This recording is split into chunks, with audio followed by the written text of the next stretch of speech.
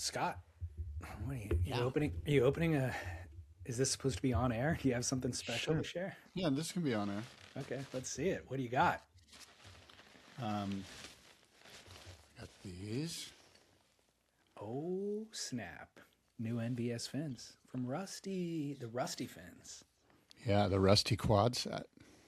This is the back fin. Well, that must mean that there's a new board in the works. Yeah, we can talk about that a little later. Okay. Well, Christmas morning for Scott Bass, the Bass household. We also have Colby Plus with us today, and we've been big fans for years. And we've talked about the booties. The booties are new for this past season, but most recently they've just released the Green Wave line of wetsuits. So what do you Well, think? let me just say that you know we absolutely love our Colby Plus wetsuits. These Green Wave wetsuits, and I know I gush a little bit about the Colby Plus stuff because I love it so much. These Green Wave wetsuits are friggin' like next level incredible comfort, warmth, um, stretchability. Is that the word I'm looking for? Performance, I guess, is the word I'm looking for. And I have a new 4.3. The water's 62 degrees here, so it's not really 4.3 water temperature, but I've been wearing it. When I first put it on, it didn't have that sort of boggy feeling that a new 4.3, that any new 4.3 has relative to a 3.2. It Stiffer. felt, I was like, oh, this is a 4.3. It feels like a 3.2. It slipped right on because of the Green Wave, that layer, that liner that is on both sides of the wetsuit. It slipped right on. Super killer, new lightweight zipper. And I know I'm gushing, but I'm gushing for a reason because the Green Wave technology is next level, and I've already put in sent like here's my money. I can't wait for the 3.2s, which are coming soon. So the reason it's called Green Wave is because, as Scott kind of referenced, the plant-based um, liner, nylon. So they still use the number 40 limestone neoprene Yamamoto, number 40 Yamamoto. But the breakthrough is this Green Wave plant-based jersey. And it has 500% multi-directional stretch. So it's 500% elongation in both width and length. So the jersey is stretchier. Simple as that. It's also double the strength. So the nylon has double the tensile strength of normal nylon. So often when we talk about an eco version, there's sacrifices that you're making in performance to get the environmental benefit. In this case, the plants knew how to do it right. Not Well, like I said, the best. I remember. I remember being in the water, David, and going and not even sometimes when you're in a 4.3, you're like, oh yeah, this is a 4.3. I can kind of tell or whatever. I remember being in the water and going, oh shit, I forgot this is a 4.3. It didn't even there was no um, constraint that you might feel from a new 4.3 relative to you wearing a 3.2 a lot and then putting on a 4.3. If you wear a 4.3 for a week straight, you just get used to it and you're like, yeah, yeah. But when you make the switch from a 3.2 to a 4.3, there's sometimes a little bit of a moment that first or second session where you're like, okay, it's a little bit, a little bit more, a little bit heavier perhaps. This is not the case. The Green Wave felt, I thought I was in a 3.2. I even Totally. told Rob, I go, hey, I can't wait for the 2 mil because I don't think I need a 3.2. This thing's so warm. Totally. Yep. They've got it figured out. So go to colbyplus.com. It's COLBY and then plus, of course. And of course, they've got all the other stuff too that we talk about, the 3D printed booties. They've got accessories, bags that are incredible. And then real water sports for any and all additional retail needs. 1,500 surfboard inventory, board bags, fins, towels, anything. Foil gear. Thank you. You're welcome. That's my line. Foils. They got those. They're foil experts. And it's not. I don't know. Every single time, perhaps not every single time, but quite often, when I'm foiling up in the parking lot, getting ready somewhere, or walking down the beach with my foil, people come up to me and they go, "Oh, they're very interested. They're engaged. They've seen this thing on Instagram or they've seen it wherever, and they're like, oh, what's going on here? And usually the conversation has me leading to, you know what? I learned in North Carolina. And they're like, really? And I'm like, yeah, there was a camp at Real Water Sports that I visited so that I could learn how to do this because, like people will be like, hey, I want to try that, and it's like, no. You don't try foiling. You commit to learning how to foil. It's a commitment. Totally. Yeah. And they do other camps too. Foiling, and then I think kite surfing, surf classes, stuff like that. So check them out. They're full service retail with video production, YouTube channel, all of it. It's pretty incredible, actually. And you think they're in North Carolina, so removed from me, but no. They actually have an incredible shipping department. They figured out how to ship surfboards for one low flat fee anywhere in the world. So they've told stories to me about people being on a boat trip in Indonesia, broke all their boards, and they shipped boards to their boat in Indonesia. That's insane. In the middle of the trip. So that is so great. You'd hate to be on a trip and then, still have a week left and not have any boards to surf. Oh my. So they've solved stuff like that. So they can get it to you. And I have friends who have ordered from them, get it straight to the door, and it's guaranteed to show up blemish free. So check. Well, they recently posted an Instagram of a guy getting a brand new Rawson delivered. It was really? That Rawson Sniper that I think you and I saw it on during our show one time. Maybe we pulled it up or something. Anyway, it was on Instagram. Maybe Tripp sent it to me, but okay. Yeah. Well, check them out. realwatersports.com. As we see some movement at the takeoff zone, it's Kelly Slater grabbing rail. Yeah, guy. Welcome to Spit. It's the Spit Podcast. Scott Bass, David Lee Scales, talking surf with you. It is Wednesday. It's March 11th, 2026. Spring is definitely in the air, and there's a new south swell in the water here, starting to build in Southern California. It's small, but it's long and healthy at 20 seconds. It's inconsistent. It's not really showing up anywhere of note other than perhaps San Onofre and Oceanside. Those areas seem to be filling in this morning. Just small, little, but long, lengthy, and linear, and four or five waves per set, perhaps. So yeah, it feels like spring. David, welcome. Good morning. Good morning to you. And good news. Our spring break surf trip is 1 month away. And it had been sold out for months, but I just got an email last night from Waterway saying one person had to cancel. And so there is now one spot available. If you would like to join us in Nicaragua and you could pull the trigger with 1 month notice, it's we're going 2 weeks, but it's the first week of the trip. So April 12th through April 18th, there is one spot now available. And I got to say, the crew that you will be joining is fantastic. It's returning guests largely. So the people who came on our very first El Salvador trip, some of them came back to do Chicama last year, and then they signed up to come back to Nicaragua next month. So it's an awesome little crew of friends who didn't know each other prior to this, or prior to El Salvador. But if you want to get in and join the party, now's your one chance. And you can email me at surfsplendor@gmail.com or get a hold of Waterways directly, waterwaystravel.com. The spot will go quick, so jump on it if you can. April 12th. I wonder, is our friend Sam and his family from Washington State, are they going to be there? No, but they wanted to come, and they've got kids, obviously, and the stop point for them was that the resort is not right on the beach. So it's kind of up on the hill overlooking the waves. Yeah, it's not good for the kids. Yeah. They're like, dude, we have the kids. We wanted to come. We want to come to your next one, but we got to be on the sand, basically, with the kids so they could play in the water all day. Yeah. But I got a Christmas card from them. So that was nice. Good. Yeah, from That's the kids. very sweet. The kids are incredible little artists. So they do really decorative, cool stuff, creative stuff. I feel like we ran into them at the Boardroom Show, too. Yeah. And they were bearing gifts as well. So beautiful family. Yeah, very thoughtful. These are the people we get to hang with all the time. Cool listeners.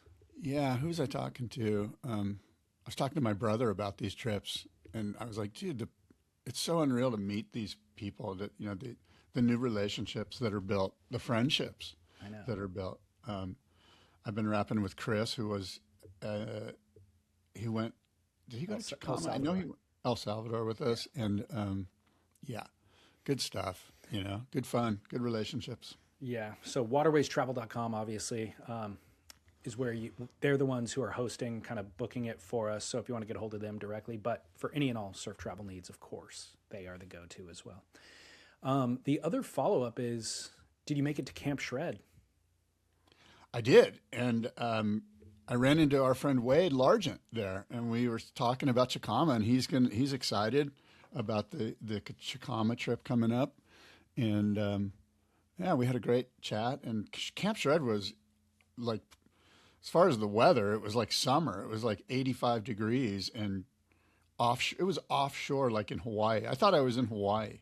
It was crazy offshore winds in a good way, not too strong, and warm and sunny and ridiculous. It was crowded at Camp Shred. It was probably the most crowded I've ever seen it because of the weather. In fact, it was kind of hard to get down there and park and stuff like that. It was so crowded. So it was a huge success, and congratulations to John and Josh and the Bernard family and the people at Surf Ride. Seemed like a smashing success. There was a ton of people down there. I don't know if I told you, but I ran into John PYZEL, and I saw PYZEL and Marcio hook up for the first time since the Stab in the Dark thing finished. And there was, they were talking, and there was people like, standing around trying to get an earful. I didn't want to partake in that. I just decided to not be the hanger-on. But I had a nice long talk with John, and it was a lot of fun. I do have a Who Said That. Let me ask you more. Yeah, please do.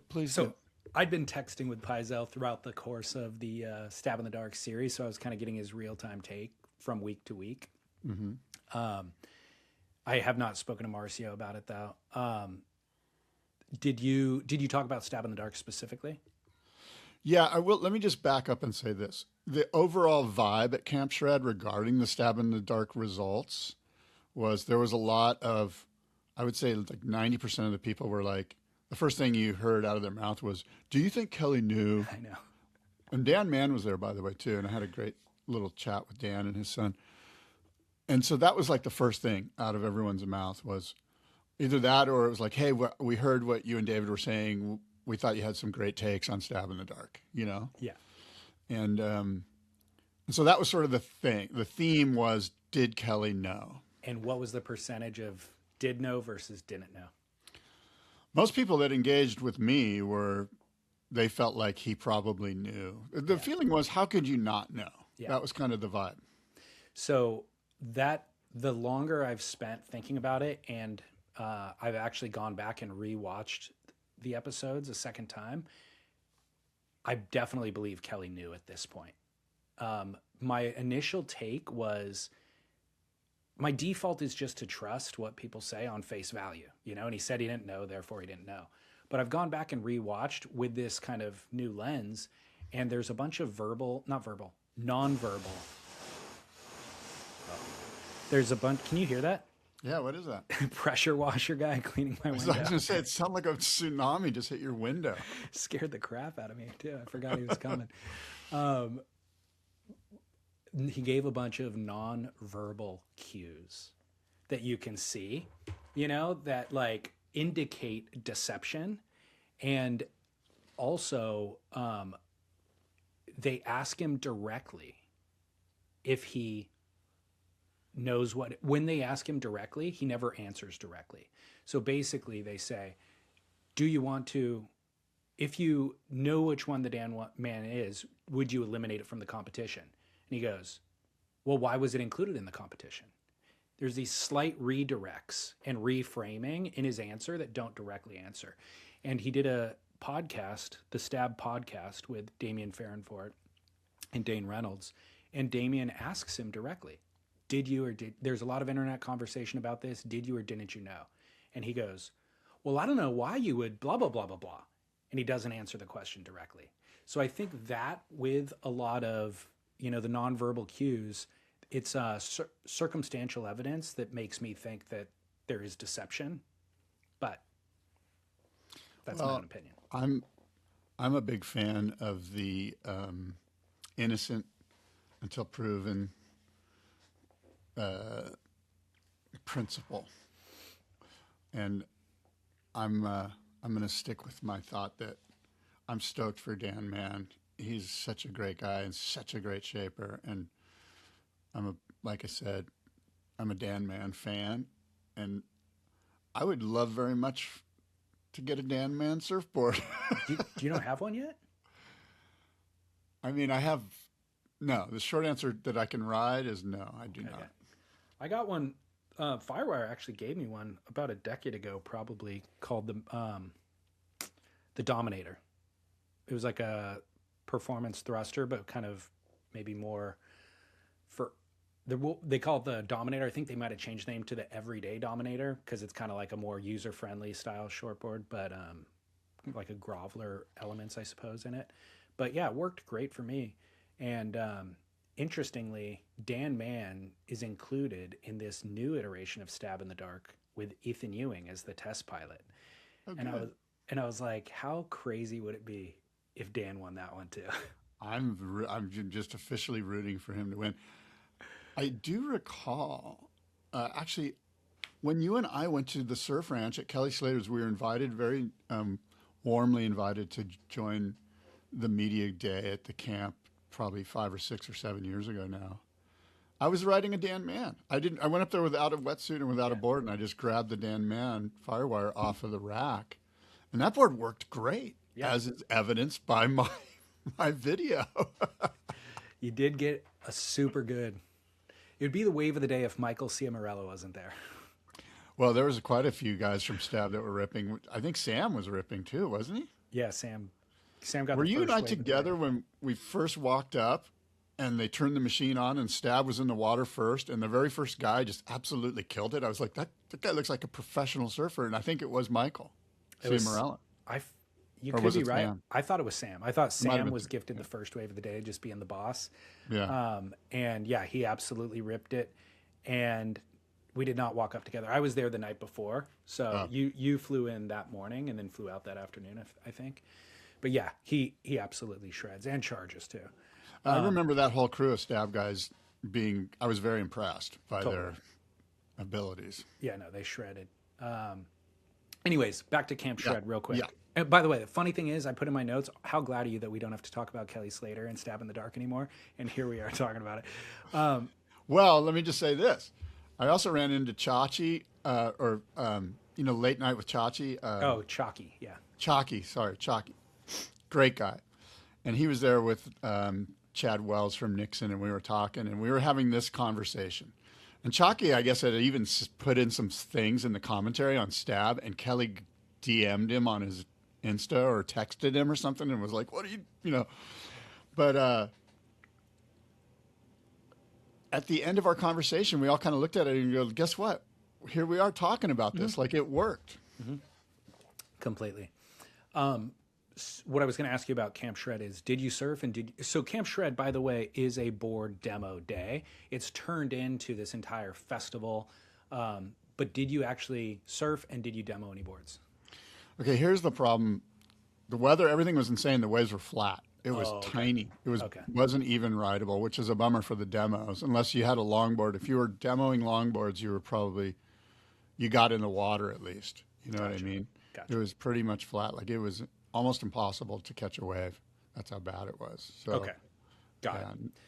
And then I'll just wrap up by saying I mentioned and referenced Ethan Ewing as the new Stab in the Dark pilot. Yes. What else do you know? So cool. We know is PYZEL in too? Yep, PYZEL is in. Who's in? I don't have a list of the boards in front of me. Off the top of my head, there's a Hayden, there's a Borst, there's a PYZEL, there is a DHD, which is Ethan's normal shaper. So we'll see how. Okay, that's going to be fun. Like, that'll already start should he kick it out or shouldn't he kick it out based on what happened in the last iteration of this. Yeah, exactly. There's a Dan Mann, there's a Biolis, there's a Channel Islands, and I don't know the others, but there are others too. Interesting. But it drops in early April. They have not assigned a date yet, but it'll be here in about a month. So it's really quick turnaround. And I think, again, amazing. It's just, I think it's, again, they're trying to get rid of all the bad neg they're trying to rinse the taste out of your mouth There from you what go. we just experienced, but they also filmed the Slater one over a year ago, so they Yeah. had a whole year of production time for this one too. Yeah. Yeah. And the surfing's insane from the little clips that we've seen. So look forward to that. Cool.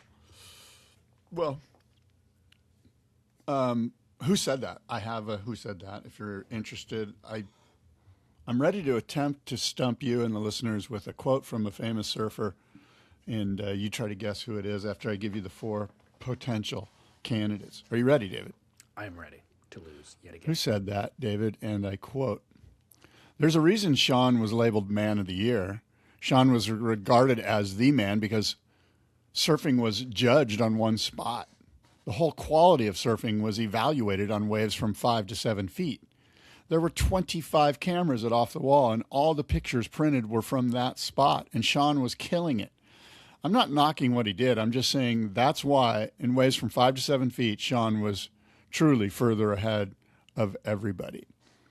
Who said that, David? Was it A, Michael Thompson, B, Peter Townend, C, Terry Fitzgerald, or D, Ian Cairns?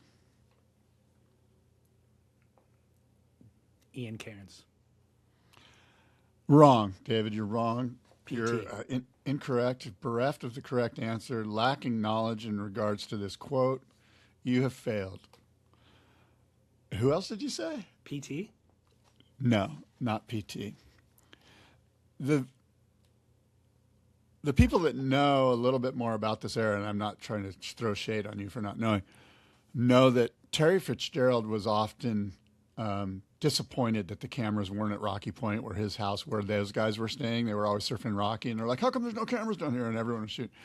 So that was the thing that was supposed to throw you off of the fact that it was actually Michael Thompson who said that. Michael Thompson said that in an interview in 1977 by Steve Pesman. So if you can imagine Sean reading this interview when it comes out and kind of going, "Hey, this guy's my blood. Why is he talking crap about me surfing?" He didn't really talk crap, but he's like, "Look, if the waves were either bigger or smaller, perhaps he wouldn't have been the man." I don't feel like that was any shade at all from Michael. Okay. Was there jealousy between the two? I don't think so, but I did some other research on it on Matt Warshaw's Encyclopedia of Surfing, History of Surfing. And Matt's kind of take on it was that Michael's success in his career was because he was sort of second fiddle to his cousin, Sean, who just, was in the limelight more. And Yeah. although Michael was an incredible surfer and probably doesn't get the credit he deserves regarding his abilities in the surf, Michael sort of saw the writing on the wall and was like, "I'm going to jump into this surf industry career." That was sort of Matt's take on it. Yeah, I don't know enough about their interpersonal relationship to say whether or not there was animosity. I didn't feel that there was any in that quote. Well, I bring up Michael Thompson because the California Gold Surf Auction is taking place here this month. It begins March 21st, and we have this board. I don't know if you can see it. It's a little washed out. Okay, about- there you go. That's better. So that is a Nectar Gary McNabb hand-shaped twin fin, Greg Mungle twin fin. Very cool. That was owned by Michael Thompson. This board was in their trade show booth for about a decade. And it has this incredible Henry Lund art on the bottom of it. And Henry Lund did a lot of the artwork for Nectar at the time. And I think I have a better image of that if you'll bear with me. Maybe you can see that. Yeah, much better. So that's the Henry Lund art that's on the bottom of that Nectar that belonged to Gotcha and Michael Thompson. Looks like a cover of a 80s pop album. This is a 1980 Nectar, so yeah. And Henry, it's very 80s Henry Lund. And Michael and Joel Cooper, they were drawn to this board and this art, and they, like I said, it was on display. Actually in their corporate offices for decades. Wow. This twin fin. So this is on the auction block. Beautiful Nectar surfboard. It's in impeccable, great to excellent condition. 1980 Gary McNabb. I'd like to ride that thing. It's a cool board. I was talking to Ira Opper yesterday. He said you were at his house collecting surfboards too. Yeah, Ira's got an incredible. All over. Sorry. the place. Ira's got an incredible trestle special shaped by Rich Harbor. Yeah. A Harbor trestle special shaped by Rich Harbor. That's beautiful. Those trestle specials have such a beautiful outline. There's certain boards I often come across. I'm like, oh, I would love to ride this board.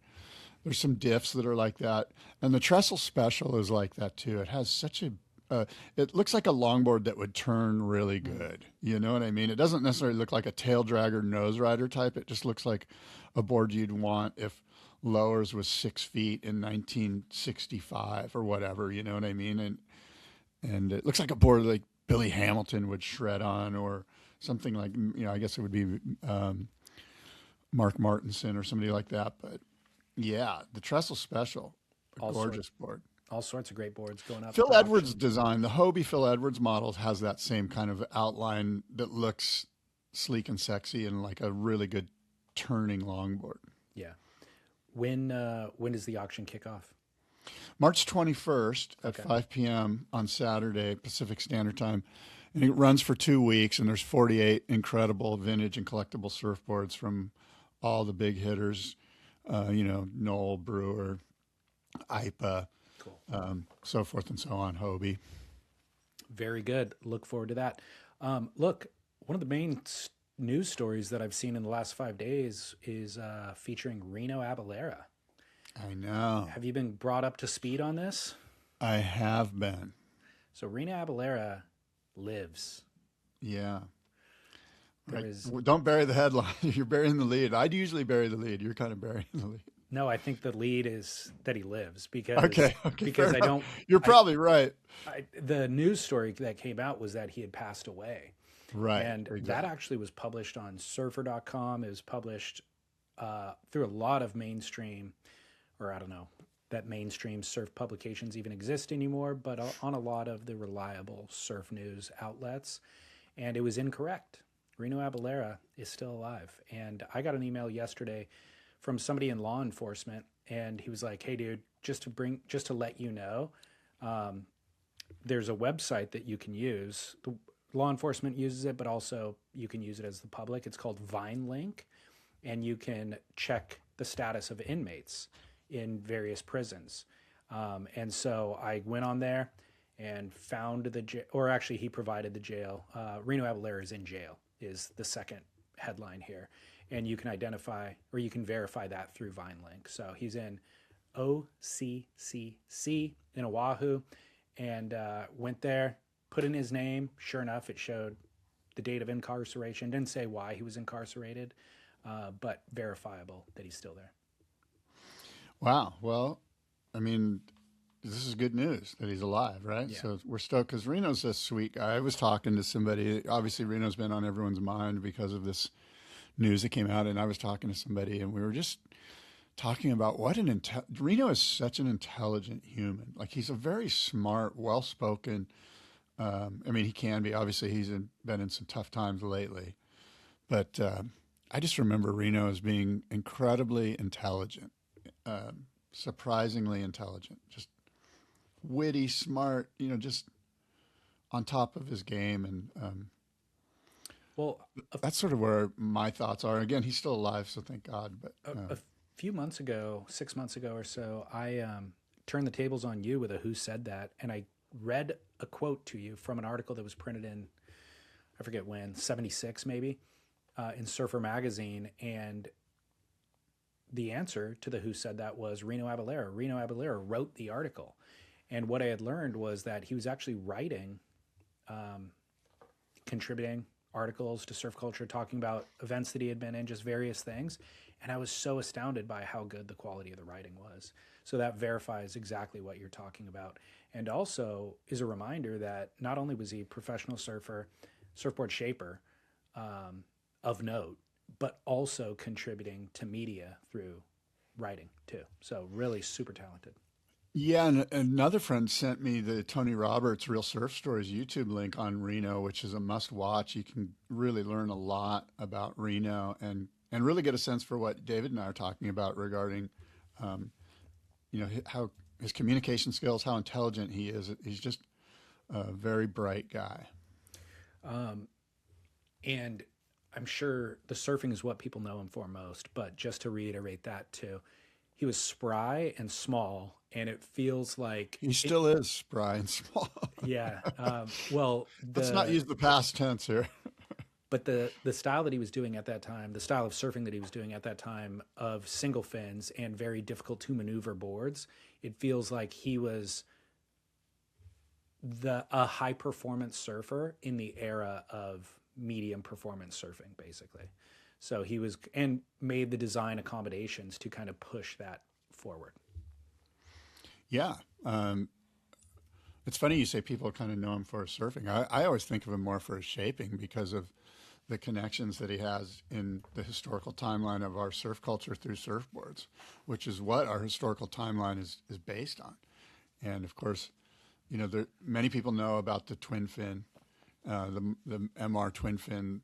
Well, Reno's twin fin, which inspired MR to make the Bumblebee, which was MR's first sort of round-nosed twin fin.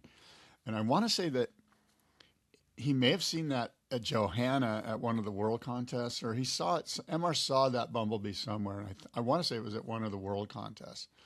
And I don't know, I think it's Phil Jarrett. You can read it somewhere, but he writes about the event, and it was obvious that Reno's surfing so much faster than everyone else. They're on like these 7.2 single fins and crappy 2-foot waves, and Reno's just ripping around on a little fish, and everyone's like, where is he getting the speed from? And MR was one of those guys, and of course, I could be butchering the story a little bit, but MR was inspired and looked at Reno's board. He might have even ridden Reno's board and or taken a template or something, but was, you know, MR gives all the credit to Reno for the initial inspiration for MR to start making twin fins. That story is also in that real Surf Stories video that you referenced. So I will post that with today's show notes. And it's told from both of their mouths, like cutting back and so forth. They'll get it right. I probably got it wrong, but yeah, Mark Richard. I mean, you were right as far as I can remember, but Mark Richards telling his side of it, and then Reno separately telling his side of it with imagery and stuff. So that sounds very interesting. I love that. Important surf history too. Yeah. Very good. So Reno, alive and well. That's great. Good to know. You know, you mentioned earlier the Nicaragua trip. People are starting to plan their spring and their summer surf trips. If not, they've already planned them. I know I have.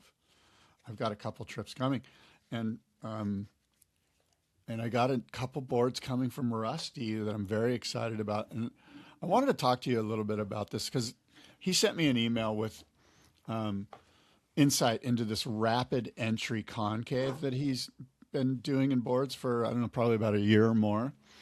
And I'd like to just read Rusty's quick email. Is that okay? Please do. Shout out to Rusty, by the way, who apparently we're his Friday night viewing. Yeah, he listens and watches the show, so I'm pretty stoked about that too. He says Friday night he gets on YouTube and we're one of his viewing options. So shout out Rusty, we love you. All right, cool. I'm feeling the pressure. We better put out some good content. I hope we'll see. But this is what Rusty wrote me, and I hope he doesn't mind if I just read directly from his email. But he said, the rapid entry is a concept I started working on a couple of years ago. I usually put the deepest part of the concave between the feet, the sweet spot, so to speak, the zone. I experimented with making the concave deeper in the center. Then I started moving it forward, and I thought, what if? So I moved the deepest part of the concave into the entry area, up past the chest area, under the chest, he says.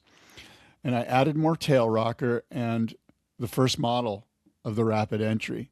So very deep concave in the entry area, maybe a third of a tenth plus, 0.35 plus of an inch of deep concave in the entry area. And then 0.3 in the center, 0.2 in the zone, what he spoke about earlier, underneath your feet. And the feedback was unanimous. It paddled faster. It got into waves quicker. It held on turns, yet still had a very tight arc. And he blended it. He says, I blended it a little more and gradually, and he got to a place, better results. And I have since done various depths of this rapid entry concave in existing models, the SD, the RT, the RE, That's the San Diego Roundtail Rapid Entry. It's probably the most popular high performance board. That's quite a few of the RDOT team riders really like. By having the deepest part of the concave in the entry, it feeds and keeps water under the board early on and generates more lift and speed and drive. Best board ever, Rusty. So pretty excited about getting some new Rusties under my feet for my travels here this spring and summer. He also noted added tail rocker, right? Right. So I would presume that would be to compensate for something that's happening with the nose. Yeah. Well, I concave? think, yeah, I would suggest to you that the tail rocker is so that we can keep that tight arc that he talked about. A little Yeah. bit of tail rocker reminds me of my talk with Hank Warner when he was telling me about the Hinson down railers, and Hinson's secret sauce was he added tons of tail rocker where other guys didn't, so that he could actually complete the turns with that insane down rail. I think that's the concept here. So basically, there's more curve coming off the back of the outline. So if you turn something on its side and it has a curve, you're going to get a tighter turning radius. But with that nose increased concave, would that mean it's a straighter line across the bottom center line? So you're kind of getting speed from that straighter bottom non-curve or flattened curve basically, but then still getting the once on the rail. So flat, straight, going straight, you're going flatter, so you get the speed.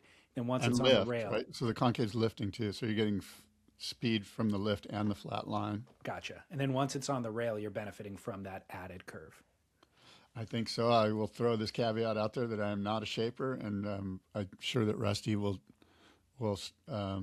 give us some more insight if we got it wrong. But that's the sense that I I'm mean, getting. I understand that the elements as they exist in isolation.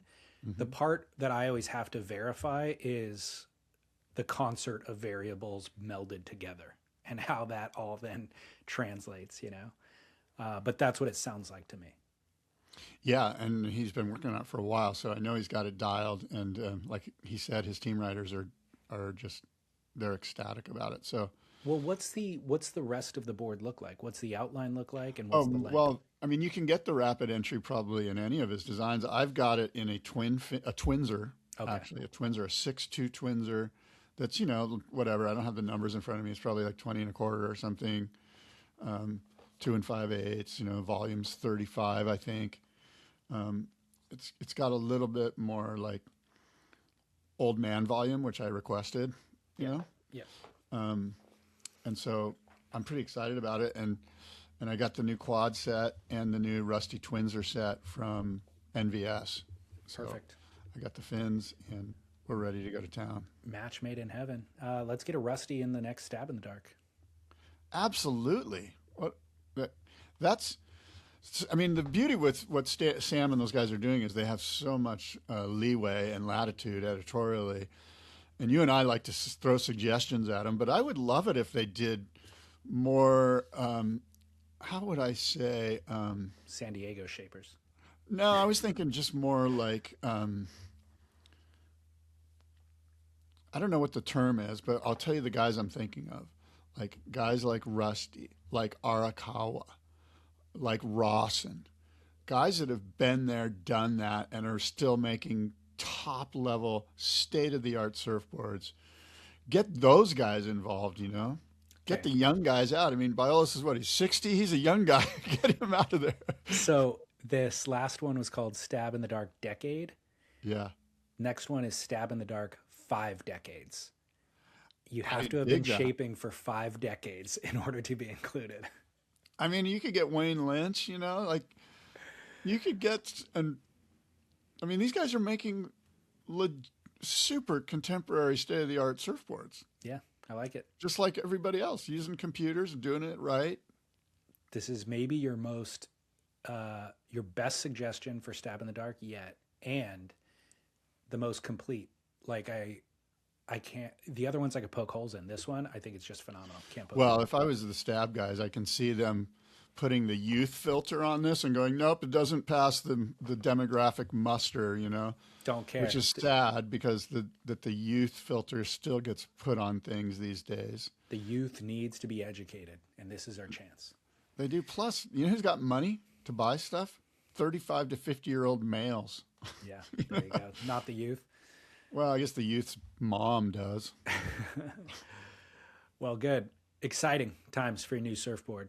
I got a couple of news stories that we need to catch up on real quick. CT qualification. Yes. Look, the CT season actually starts on April 1st, so it's less than a month away. Yes. And they're finishing the qualifier event in Newcastle right now. So a couple of people have already qualified. On the men's side, Eli Hanneman is in, Kayuli Vost is in, George Patar is officially in. So there's 7 other spots available, and that'll all be sorted out in the next day. But the event's over, right? No. It's still going? It's still going, yeah. Because I see Levi here. There's points associated with this, and that's because it's still going, right? It's literally running right now. Like there's heats in the water. On the women's side, Taya Zabrowski from France is officially qualified. Yolanda Hopkins from Portugal. As we mentioned last week, Sally Fitzgibbons is officially re-qualified. And then Francisca Valesco from Portugal. So we're going to have two new Portuguese surfers. And one Israeli surfer potentially in Anat Leilor. So that'll be interesting. First Israeli surfer that I know of on tour. That is interesting. Yeah. And then also just a reminder for the schedule. Schedule's a little bit shifted and mixed up this year. I think it's actually the best venues that I've seen on tour in some time. And the structure and the format is a little bit mixed up as well. There's going to be 24 surfers on the women's side, expanded from 17. So more opportunities for the women. The elimination round on both the men and the women's side is no longer. So they're basically cutting out that round 2, or what used to be round 2, and the top seeds don't have to surf in round 1. So if you're a top seeded surfer, I think it's 8 on the women's side. I forget how many it is on the men's side, but if you're in that top ranking, you go straight into round 2 and you don't have to surf in round 1. So that'll be a little bit different too. Well, I'm reading here on the WSL side. It says that, look, we can go on here right now and see the most current up-to-date rankings. And they're actually updating it in real time after, it says each competition, after each heat ends. Okay. The rankings adjust to reflect the changes in the surfers' positions. Yeah. And if next to the amount of points there's a little caret, that means that this event isn't going to count towards this surfer's point total because it's a throwaway at this point. Yeah. So Levi, my guy Levi Slauson from here in Encinitas, he's in 12th and apparently still in the running. And Okay. Good. I know you're like, whatever. Levi Slauson, who cares? No, come on, Levi, do this. Look, he's got 15,800 points, and Jacob Wilcox is already out of the event in that 10th position. He has 18,800. So Levi would need to earn 3,000 additional points. Yeah, 3,000 additional points to jump into that 10th spot, depending on what happens with the guys in front of him. There's two other surfers that are in that top 10 who are already out of the event, Sammy Pupo and Liam O'Brien. So also they could get bumped out of contention. And Jacob Wilcox, according to mine. That's what I already mentioned. Oh, yeah, right. Sorry. But so as it relates to the tour, I mentioned the tour schedule being the best I've seen in a long time. It goes Bells, Margaret River, Snapper, Raglan, New Zealand is the new addition. So we now have a left, kind of a higher performance, rippable left. Punta Roca, Sakarema, which is not interesting. Chopu, great event. Cloudbreak, great event. Lower Trestles, great event. Now we have another rippable right. Abu Dhabi, don't care about. Paniche can get really good. And then the final, of course, being Pipeline, which, of course, is a return to greatness. That's cool. Yeah. There a couple 3 weeks ago, we had real excitement about this tour because John was still on it. Yeah. But the events the waves of the stars. If John's not there and the waves are pumping, we're going to be tuned in regardless. And we do have, not to mention Iago Dora, our world champion, and a list of incredible surfers on tour, including the aforementioned Ethan Ewing. So, Well, it is exciting, isn't it? the return of Gabriel Medina, the return of Stephanie Gilmore. So lots of, I think that's super interesting. Oh, by the way, that's in my notes. Stephanie Gilmore. Did you see this? The Barbie doll? Yes. I did see this. Stephanie Gilmore got her own Barbie doll. And I'm trying to pull up my notes now, but I think that's awesome. I'm a big fan of that. What are your thoughts on, first of all, the Barbie doll as a symbol of female power? They've done a great job of changing their business model and practices, because the criticism before was that it was one dimensional. There was one style of Barbie doll and one look, and it was actually unattainable for 99% of women to model themselves after. So it was just unrealistic. And it was probably the opposite of empowerment. It was probably demoralizing. And so the pivot, of course, has been to diversify their options, which turns out to be a good business decision as well. And yeah, the idea of modeling Barbies after professional athletes. And by the way, Stephanie wasn't the only one included. They did this for International Women's Day. And they probably released 8 or 10 different kind of top level athletes and performers of all different styles, looks, body types, everything. So Stephanie, I think, deserves to be one of those, and that's fantastic for her, but also, of course, gives models of representation to a wider variety of girls. So to answer your question, of course, fantastic move. Yeah. Yeah. It's interesting, right? Like, have they ever done like a pregnant Barbie doll, like a Barbie doll where the woman's just pregnant? Do you want to model that for young girls? No, actually, you're right. I'm just trying to think of realistic positions that a young woman might find herself in. But sorry, go ahead and edit that. I've always personally I never said this out loud to anybody, but there's certain cultures that refer to the young girls as mama. Yeah.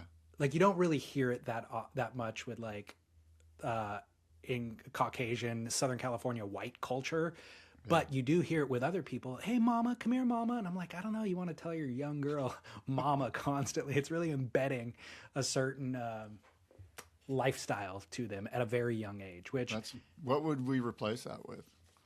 Chief? Come here, Chief. Like CEO? No. Yeah. Oh, I here. see what you're saying. Come here, Vice President. Come here, top level performer. Go Get her in life. Come here, you go getter. She can be a mama too, but just that shouldn't be the primary focus of her young life, is all I'm saying. I don't think it's, breaking news that putting these types of labels on children is really good. I know my wife was always like, give them something really good to live up to. Call them a go-getter. Don't demean them. Call them really great things, and it'll start to affect how they feel about themselves. Child psychologist, shaper. What else do you need from me? Well, I think that's excellent advice. What labels, I'm curious, did you guys choose for your children?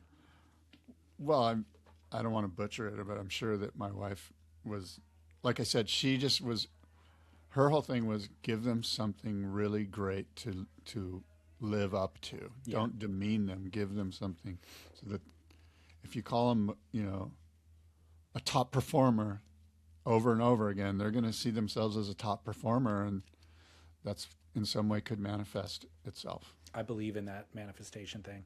I also, we actively implement the opposite thing too, which is don't call Austin a bad boy. Like, you can tell him what you just did was bad behavior. You need to adjust the behavior. But the label of why are you being a bad boy constantly will get embedded as well. That's really good. So language matters. Yeah. We're not bad trying to get good. We're spiritually ill trying to get well. Well, Stephanie Gilmore, congrats on the Barbie thing. Your legacy is cemented even further. But back to the tour schedule. Again, starts April 1st, and guess what that means? It's time to get in on Surfival League.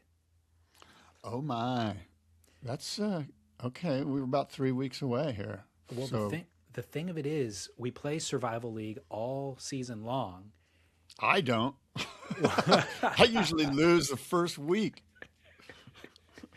First event, I'm out. I'm no better. So I don't, but we keep track of it all year long and we discuss it all year long. But well, they're giving away surfboards. Why wouldn't we get involved in this? Well, that's the problem is the only window to get in is preseason. You can't get in once the season starts.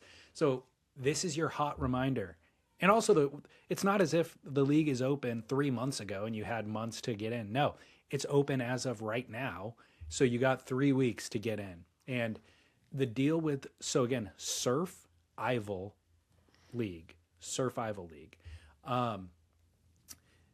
You pick one winner. No, I'm sorry. You pick one person per event to get past a certain round. It was the round of 32 last year. So into the round of 16 last year. I'm not sure how they're adjusting it now that the format's been shifted on tour, but basically you don't have to win the event. You're not picking a surfer to win the event. You're not picking a team for the entire season. You're just picking a surfer to make it to a certain round in the event.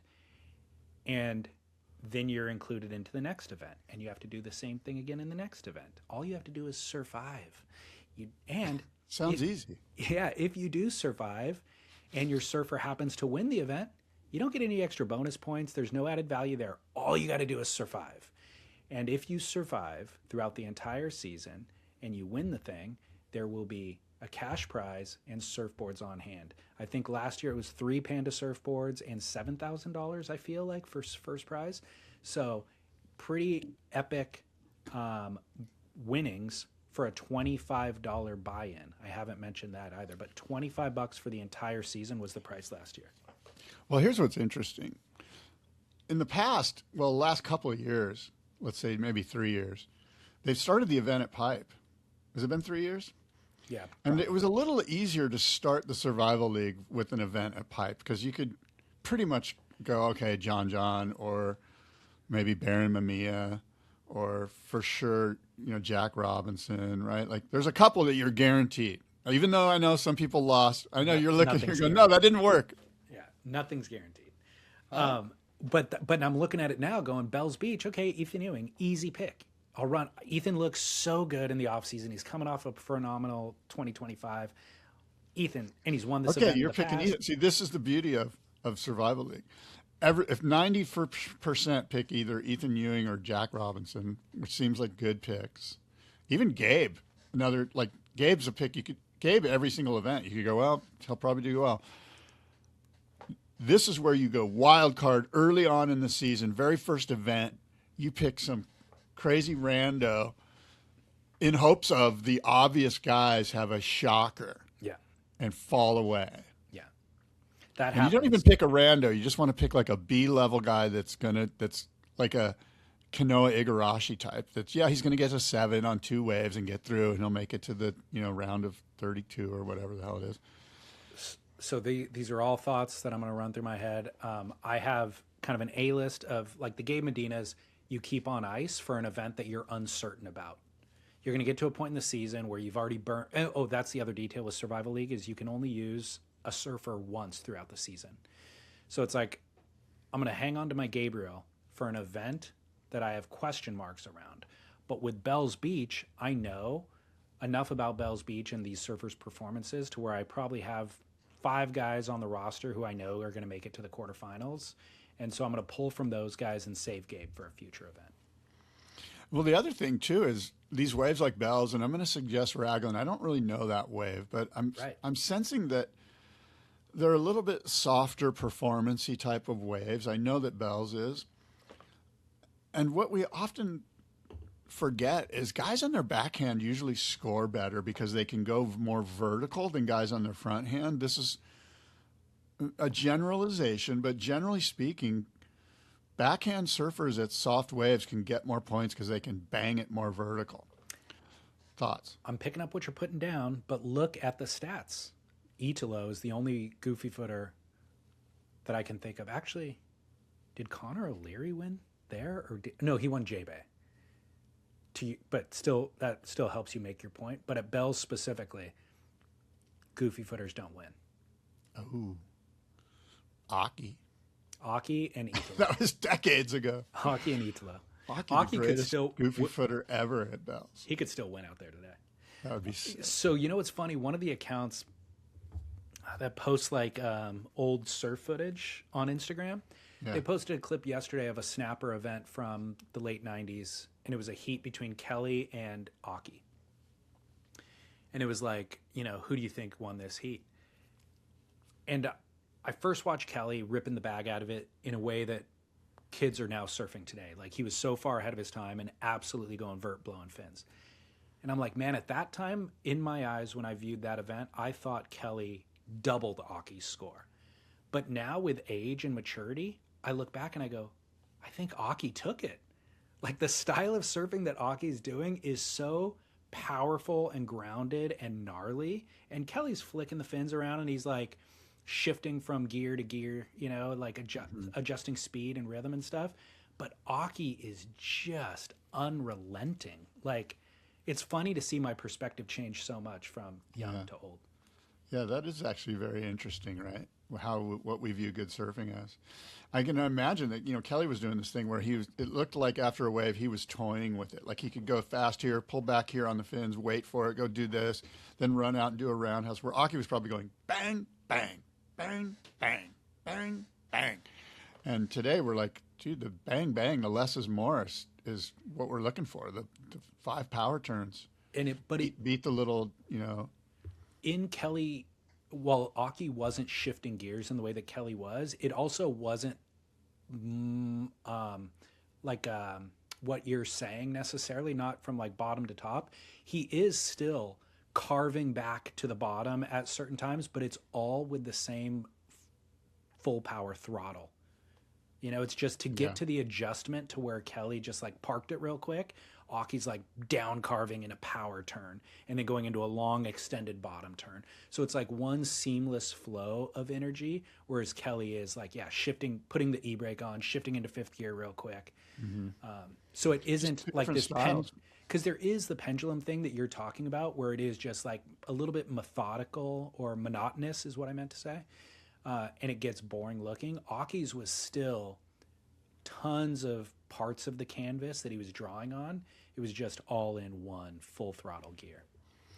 You know what's amazing is that people listening to this, in their mind's eye, they can envision Aki surfing. Like, I was just envisioning Aki. I was just going, I can see him doing that. You know, that's kind of amazing. It's ingrained in us like that. Took me a long time to come around to his surfing, but now I get it.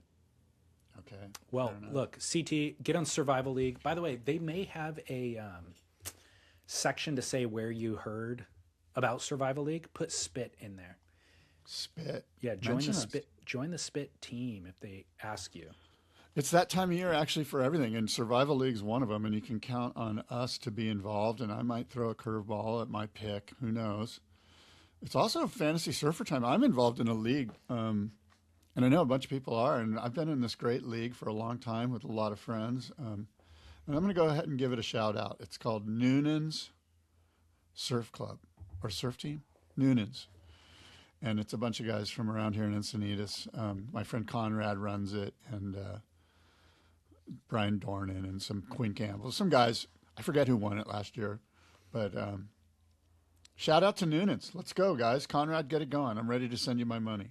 Well, it's time to, you might as well join as many as you can because you're going to lose some of them early on and you want to keep playing. Right.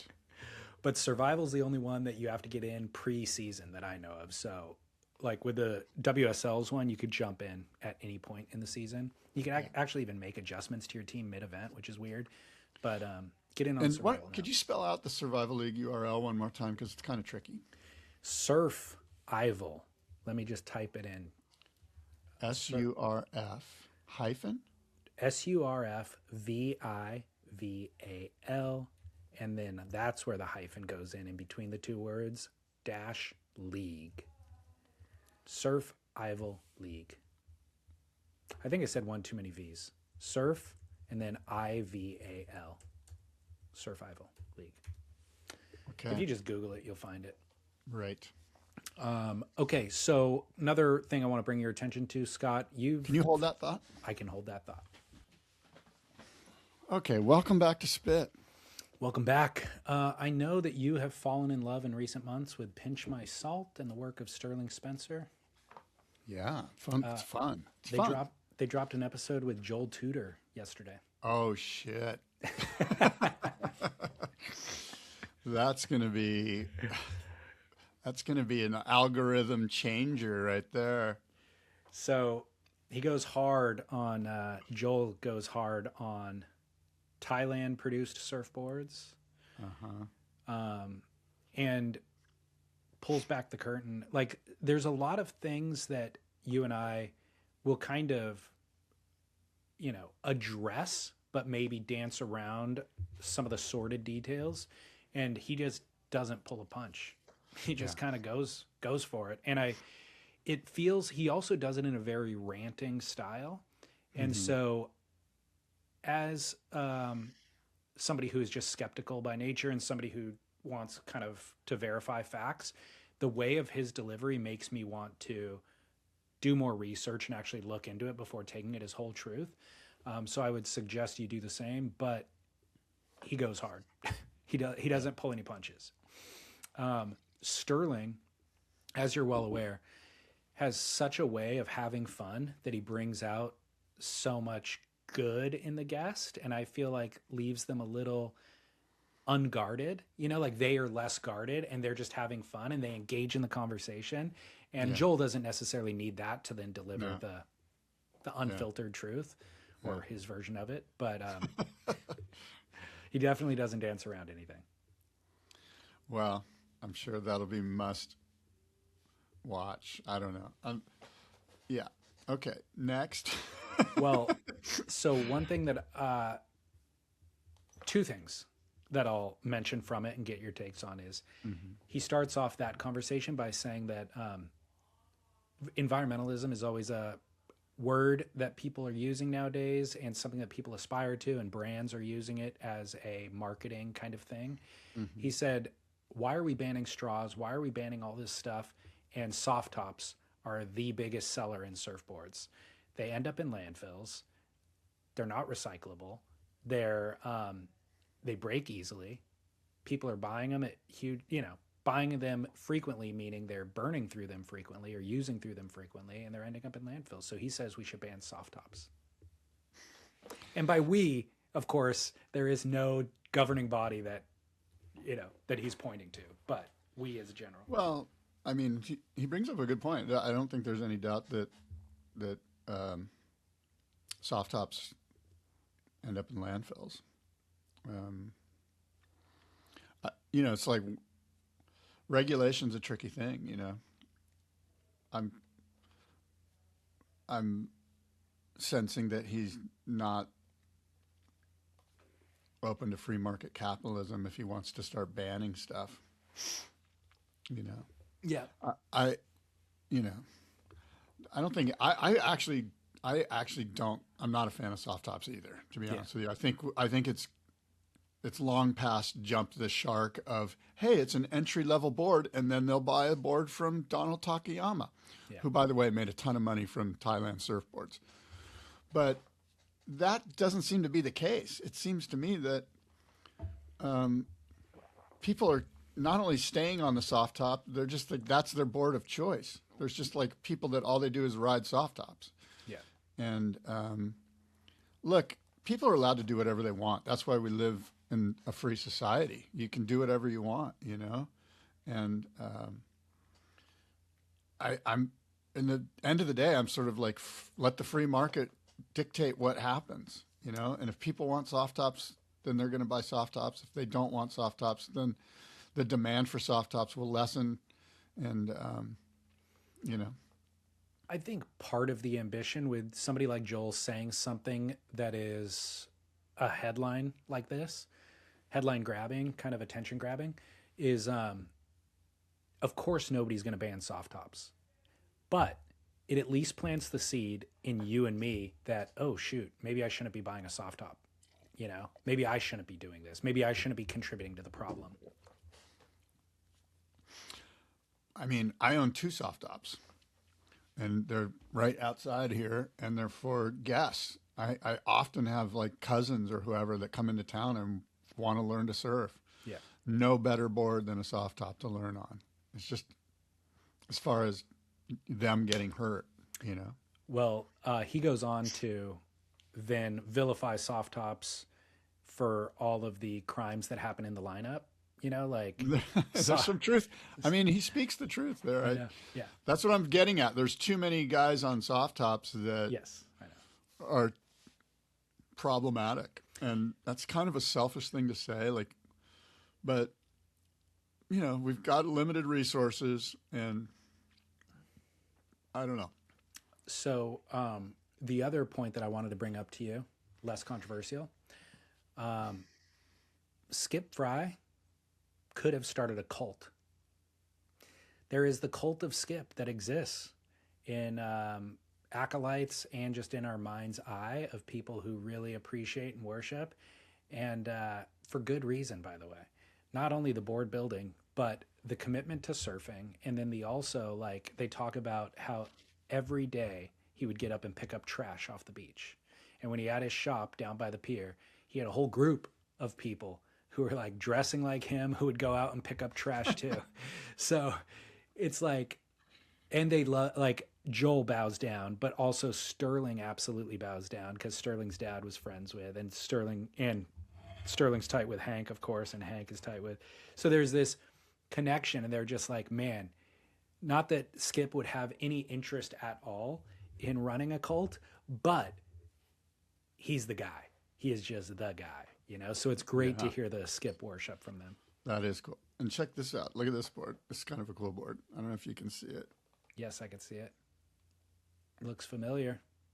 Whoops, sorry. There we go. I got it. What do you got there? Give us some words. 1978 Skip Frye, Gordon and Smith Keelfish. It's in the auction coming up here. California Gold Surf Auction. Super cool board, man. There's, you know, like I said, there's certain boards, a lot of boards you come across and you're like, man, I would love to wax this board up and give it a go. I think it's 6'2" or 6 feet. It's in the catalog, the exact size. But my point is, it's in my wheelhouse size-wise. And I mean, it'd be fun to watch Joel ride this board. You know, like this is a board that I think Joel could really, you'd get a real sense of how wonderful this board is under the feet of somebody like, or Machado is a great, I would love to see Rob or Joel or somebody kind of stylish ride this board and put it through its paces, you know. I just had a long, extensive conversation with Rob actually about surfboards once he got off the pointy thruster, and he had a quiver of Skips that he had ordered for years and years. Yeah. So he talks about those a bit. And I did that on behalf of the Surfrider Foundation for the Surfrider podcast. So I'm going to publish that pretty soon. So you guys will be able to hear me and Rob go through that stuff. The other thing, though, as it relates to Skip, is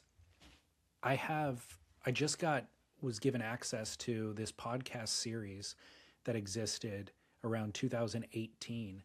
The concept was Paul Strow interviewing friends. And he did an interview with Skip Frye that is phenomenal. And I will be making that available for the general public too. The podcast series was called Pod Aloha. And there's only about 10 episodes, and it went away. You can't find it anywhere on the internet, but I do have the copies. And wow. Yeah. Good. Yeah, there's That's great. I mean, I should look up the list of the guest list. It's like Fred Hemmings, Joey Cabell. I was going to say Joey. I had a sense that Joey was going to be one. Yeah, Joey Cabell, Peter Cole, Jerry Lopez. Those are great. Yeah, Randy Rarick. Peter Cole's not one you usually get a long form interview with. No. You know? No, it's incredible. So I'm going to make them available. Just stick around and wait for it. I'll let you know when. But that's insane. That is so cool. Those are probably great. Yeah, the Skip Frye one's incredible too. So look forward to that. That's a little teaser for you. And then, of course, pinch my salt if you want to go watch that interview. The other thing in sad surf news, did you see what happened at the Mexican pipeline? No. Zicatela? No. Fire burned all of those palapas. I'm going to pull up footage right now and show you. Really? Yeah, super sad situation. I don't know what the cause of the fire was. Can you see this? Oh, that's way down the beach, huh? Yeah. But all of the businesses on the beach there, nothing survived. Holy shoots. Yeah, so the community has put together a GoFundMe. I think it's near $1 million actually to replace some of these structures. But super sad situation there. And it broke out in the middle of the night, so there was nobody around to like put it out quickly. And again, I don't know what the cause was, but just sending words of, encouragement and support to the community down there. I haven't been down there in probably decades, so Yeah. it's kind of mind-blowing to see that there's even stuff down that far down the beach. There used to be nothing. I'm sure it's all runs the whole length of the beach. That's fine. That's progress, but that's sad, and I hope that, look, if you're so inclined and you feel moved, give some money to that GoFundMe, Yeah. help those people out. Yeah, absolutely. I have a must-see moment for you. Yeah. And it's in relation to that exact thing. You know who my favorite surfer was to watch at the Mexican pipeline? Hold on, don't tell me. This feels like your favorite surfer to watch at the Mexican pipeline? Coco Nogales? No. Puerto Escondido, Todd Morcom. Oh, yes, Floridian. East Coast Surfing Hall of Fame member. You're right. East Coast Surfing Hall of Famer, Todd Morcom. This one wave, it won the wave of the year this year. I don't even know what year it was. But look at this thing. An absolute freaking keg. Looks like a closeout based on how deep he gets and how long the ride is. And somehow That might be one of the greatest waves ever ridden at Puerto Escondido right there, just based on the soul arch hands in the air that he does at the beginning. I know. Most people are kind of at this point holding on for, like we're dealing with a serious situation. Let's get out of this. Todd had the moxie to throw his hands in the air and do a soul arch a la PT. That was insane. Insane, right? I mean, it's been 30 years since this wave's ridden, and I don't think it's been rivaled. No, I am so glad you brought this back. I do believe this to be, I'm not an expert. Let's get Dave Ogle involved. Let's get some others involved. But that's got to be one of the greatest, if not the greatest wave ever ridden. Greg Long, I wonder how Greg Long, he would be great to bring into the discussion about this wave. Brian Conley. Did Brian get one like this? No, but Brian would be a part of that conversation. Oh, yeah, for the Mexican pipeline? Yeah. So Puerto Escondido. And by the way, you didn't even mention yet his Tom Curran kickout. Like Tom Curran at the backdoor wave, and he does that little knock-kneed cutback. Look at Todd exiting this wave with the same knock-kneed exit. With the dainty hands, grabbing the rail even. How sick. That's a great point. How sick. He ends it with a Tom Curran doggy door. He starts it with this incredible, we'll call it PT soul arch, hands in the air, touching the ceiling, then drives through it like, say, perhaps Sean Thompson at Off the Wall, then goes Tom Curran on the doggy door, and it all wraps up into one finalization of a ride by Todd Morcom. Incredible, from Florida. The amalgamation of all of those great figures in surf history and decades, all in one wave surfed. One of the greatest waves ever surfed at Puerto Escondido. Congratulations, Todd Morcom. To follow up, he had an incredible wipeout there in 2013 that broke his leg. And so severely, there was thought that he may actually lose the leg. Yeah. And they were able to save it. He was able to recover. He committed his life to yoga and kind of recovery and healthier, all of it to get back in the water and continue surfing. So incredible story of persistence and perseverance. Good for Todd. I'm glad that he's recovered as best he can. I imagine. I don't know much about his situation, but I'm glad to hear he's in the water. And I think it was this year he was inducted into the East Coast Surfing Hall of Fame. I could be wrong on that. Don't quote me, but he is a member of the East Coast Surfing Hall of Fame, which is an incredible Hall of Fame, by the way. Yeah. I think probably one of the best, if not the best Hall of Fame, as far as the way they run it and the way that it gets the attention it deserves and it puts a spotlight on the East Coast surfers. I think it's awesome. And I've been lucky enough to be at some of the inductions, which happened during Surf Expo in Orlando in January. Well, what I loved about Todd too is, you're right, Floridian, but committed his life to Puerto Escondido. He did. He absolutely did. It was like down there, living there, every swell, every major event, like he was getting the waves. I agree. I was going to say that's one of the, you have to be that way. There's a crew of guys, and I put in some time. They're nothing like those guys, but there was a crew of guys, and to this day, there's a crew of new guys. There's always a new crew of like 20 to 25-year-olds that find the magic of that wave and decide to invest their time and their energy into being and getting some of the best waves and being there when it's on. And we'll, fly there to drop at a dime or just stay there for months on end. And, there was a whole crew of guys from Palos Verdes when I was going down there.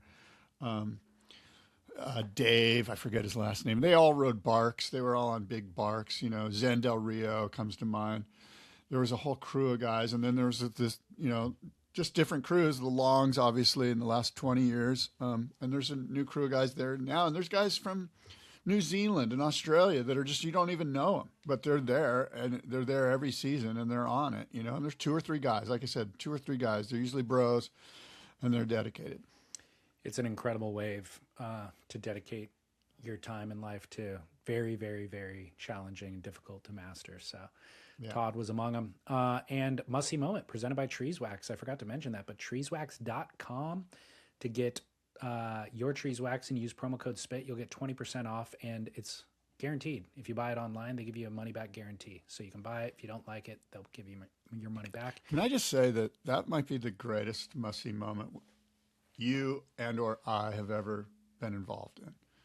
That is an incredible. If that came out on Instagram today, like that happened yesterday, that would be blowing up into the 3 million views zone or whatever it is. You know what I mean? Like that was an incredible ride. Let's get it out there. Let's blow it up today. It still can. Let's do it. Up. How do we blow it up? I'll post it. All right. There. I just gave you more work to do. Sorry. I'll post it. You share it. Everybody out there, share it. Let's get I that absolutely up to will share it. I'm looking forward to sharing it. Must See Moment presented by Treeswax. And by the way, Treeswax is still doing that surf trip giveaway. I forget when the deadline is, but it's going on right now. So get your Treeswax and get in on the trip to Fiji that they're giving away. Oh, by the way, speaking of Treeswax, it reminded me of the Boardroom Show. And the Boardroom Show's open, and at Camp Shred, I got tons of signups. So the floor plan is filling up. If you want to be involved in the Boardroom Show, you want to get a booth and be an exhibitor, go to boardroomshow.com and click on exhibit, and you can get the insight. Perfect.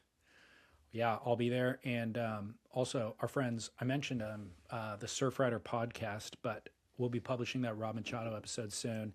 And then just become a member, support the cause. Not enough surfers are supporting. It's kind of shocking how many surfers there are, and the membership numbers do not reflect how many surfers there are in the water. So become a member at surfrider.org and keep the health. There's so much content to take in now. We've got the Paul Strauss stuff. We've got the Pinch My Salt stuff. Of course, we're going to spread the Must See Moment. What was the other one? There was some more content that you'd brought up. I don't know, but it's just a good time to be a consumer of content. Maybe I'm thinking the Skip Frye, Paul Strauss thing. Anyway, yeah, tons of good surf content. I'm going to give you one more thing that you should, since we're talking about Puerto Escondido, I mentioned this as my must-see moment probably a year ago, and it's a documentary on YouTube called The Place of Thorns. Yeah, I watched it. Yeah, by our buddies at Now Media. They do a phenomenal job.